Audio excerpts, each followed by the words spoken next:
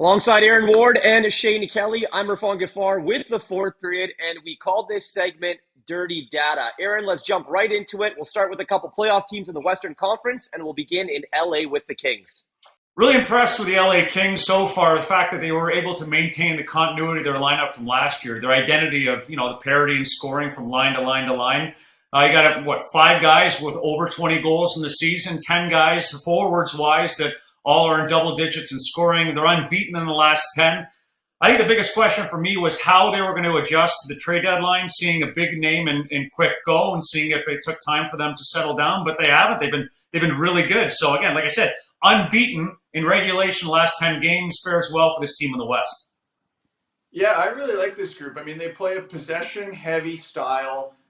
They try to enter the zone with control a lot, and that's the type of thing that really matches with their forward group. So I think they've meshed a system and the players they have really well, which in part explains why a lot of these young guys have come into the lineup and contributed really quickly. The one thing I will say is, that style can struggle a little bit in the playoffs when you get up against better teams who have better defenses, are better able to shut down your transition games. So for me, the question for them in evolving is, can we do something else? Can we win another way? Because oftentimes, in a lot of their losses, what tends to happen is they actually get outpossessed, which is really rare for them.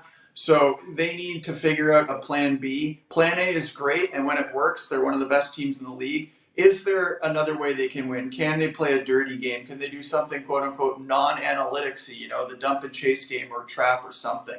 So it'll be interesting to see this team evolve in the playoffs as they get challenged, but really like the group and what they've done. Gentlemen, we'll begin with you, Aaron. Are the Minnesota Wild built to win in the postseason? They are if they accept their identity. I mean, this is a team that's had 12 games so far in the month of March, and they've got 8 wins. Of those 8 wins, they've only given up 15 goals against, and 5 goals came against St. Louis. If you watch that game, complete anomaly. It was a gong show how that game played out. In their 4 losses in regulation and overtime, 16 goals against. So what that screams is you've got to play to who you really are and what your success is going to be found doing, and that's being defensive. You're already kind of being forced to play a little bit more of a lockdown game now that Kaprizov's out of the lineup. I think with the goaltending being as positive as it's been lately, that this is a team that really has to just accept who they are, whether it's not flashy or not, play to your gruff style of your head coach and accept that you're going to go into the playoffs and be a tough out if you maintain the defensive style that you should have. If you watch them in their defensive zone, man, do they pressure. They are noticeably a tough team to play against their defensive end. Yeah, and I think a lot of that comes down to the fact that they've got a ton of confidence in the goaltending. Over that last 10-game stretch you're talking about, they've saved just under 10 goals above average. So basically, their goalies are saving them a goal a game more than the average goalie would, and that's tops in the league by a fair stretch over that time period. To me, it allows them to play that. The other thing that they do really well is they stop teams at their own blue line. They're top 5 in the league in denying controlled entries, which, again, as we talked about, is a really good way to create offense. The problem that they have is the true cup contenders do that, but then turn it into offense the other way. So your Bostons, your Carolinas, your Torontos, they'll stop you and transition against you. Minnesota right now can't score to save their lives by and large, unfortunately. For them to take the next step and be successful in the playoffs, they need to start turning those denied entries into their own counterattacks and not just another wave coming at them.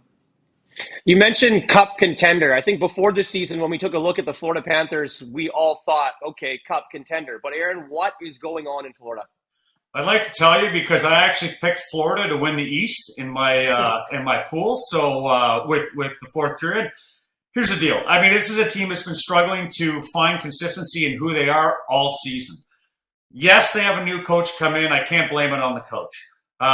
Can you blame it on injuries? I don't think they've had that many guys significantly out long enough to affect the direction of this team. I think this is lost opportunities, a team that hasn't quite gelled. When faced with adversity, it really falls quickly. The idea that in the key moments of this season, or in March now, you're losing to Philly, opportunities to win against teams you should, and you don't close it out, but you're beating Jersey, Vegas, Toronto, and Pitt. I mean, this is a team that hasn't really figured it out, and it's getting to be too late. So for me, Florida is an absolute head scratcher.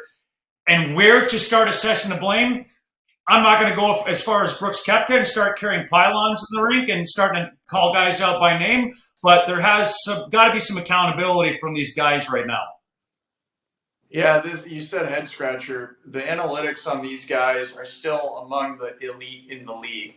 At a certain point, you got to start talking about things like did they gel, is there chemistry, puck luck, those sorts of things. I mean, it happens.